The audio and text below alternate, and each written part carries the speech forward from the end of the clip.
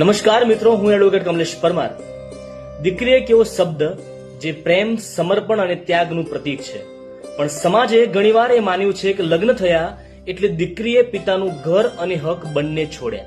પણ હવે ગુજરાત હાઈકોર્ટે તાજેતરમાં એક ઐતિહાસિક ચુકાદો આપ્યો છે જે દરેક દીકરીના હકોને મજબૂત બનાવે છે. આ કેસ વર્ષ 1986 નો હતો, જ્યાં પિતાના અવસાન પછી દીકરીએ બીજી જ્ઞાતિમાં લગ્ન કર્યા હતા. ત્યારબાદ તેના ભાઈઓએ પિતાની સંપત્તિમાંથી તેનો હક કાઢી નાખ્યો હતો. ઘણા વર્ષો પછી એટલે કે 2018માં દીકરીએ ન્યાય મેળવવા માટે કોર્ટનો દરવાજો ખટખટાવ્યો હતો.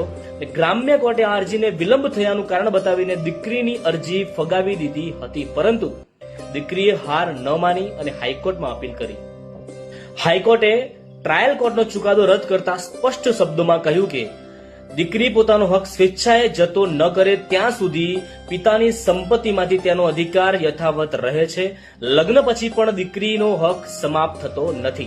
આ ચુકાદો માત્ર એક દીકરી માટે જ નહીં, પરંતુ સમગ્ર સમાજ માટે સંદેશરૂપ છે કે વારસામાં દીકરીઓ પણ સમાન હકદાર છે.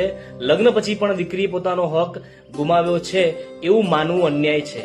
કાયદો દરેક સંતાનને સમાન અધિકાર આપે છે. આ નિર્ણય એ વાતને ફરીથી મજબૂત કરે છે કે દીકરી કોઈના ઘરનું ભારણ નથી, પરંતુ હકદાર વારસ છે. દીકરી પિતાની સંપત્તિમાં હંમેશા સમાન હિસ્સેદાર રહેશે. સમય વીતી જાય છતાં હક જતો નથી જો દીકરીએ પોતે હક છોડ્યો ન હોય તો.